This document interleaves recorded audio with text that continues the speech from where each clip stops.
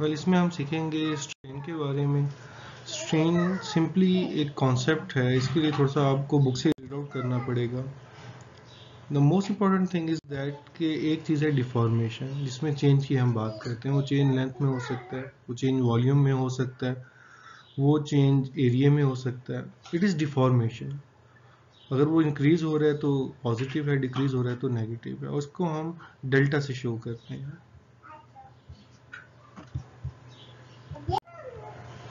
अब दो तरह के चेंज हो सकते हैं हमारे केस में। एक तो आपके पास लीनियर चेंजिंग है, उसको हम लीनियर डिफॉर्मेशन कह सकते हैं, और इससे जो रिलेटेड स्ट्रेन है उसको हम लीनियर स्ट्रेन कह सकते हैं या नॉर्मल स्ट्रेन कह सकते हैं। इसको हम एप्सिलॉन से जाहिर करते हैं।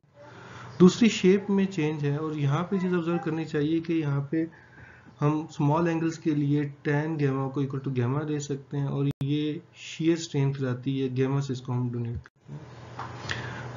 सबसे अहम चीज़ ये है कि यूनिट्स जो हैं वो स्ट्रेन के नहीं होते, क्योंकि आप बात करते हैं मेटल्स की, रिजिड एलिमेंट्स की, जहाँ पे बहुत माइन्यूट सी डिफॉर्मेशन होती है। तो in order to write 0.00000 something, it is better कि हम माइक्रो यूनिट करें।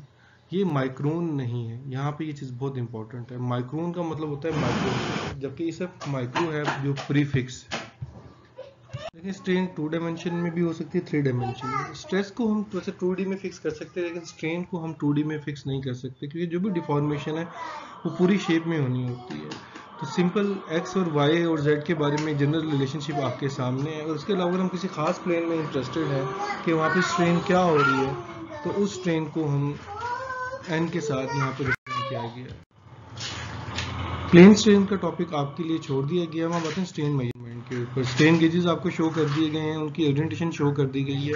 यहाँ पे सबसे इंपॉर्टेंट ये है कि जब आप एनालिसिस करेंगे और आपका टारगेट होगा, तो आपने एंगल्स बड़े केयरफुली देखने। अगर मैं आपको एंगल 0 दे देता हूँ, तो थीटा ए अगर लेट से 0 है तो एप्सिलॉन ए एप्सिलॉन एक्स के बराबर होगा। और अगर मैं इसी तरह आपसे कहता हूँ कि थीटा सी 90 डिग्री के बराबर है, तो एप्सिलॉन सी एप्सिलॉन y के बराबर हो जाएगा। तो आपको कैलकुलेट करने की जरूरत नहीं है। सबसे इंपॉर्टेंट चीज ये यहाँ पे ये है कि z को हमने कैसे कैलकुलेट करना है। इसमें एक न्यू पैरामीटर न्यू इंट्रोड्यूस किया है।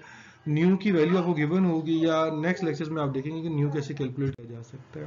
ये एक न्यूमेरिकल प्रॉब्लम है, इसमें आपको एंगल्स गिवन कर दिए गए हैं और बता दिए कि वहाँ पे स्ट्रेन की वैल्यूज क्या है। ये उसका एक सोल्यूशन है जनरल। आप लोगों ने इसको एक्सटेंड करना है, इसमें से आपने प्रिंसिपल स्ट्रेंस को भी कैलकुलेट करना है। उनके फार्मूलाज गिवन है, उनको आपने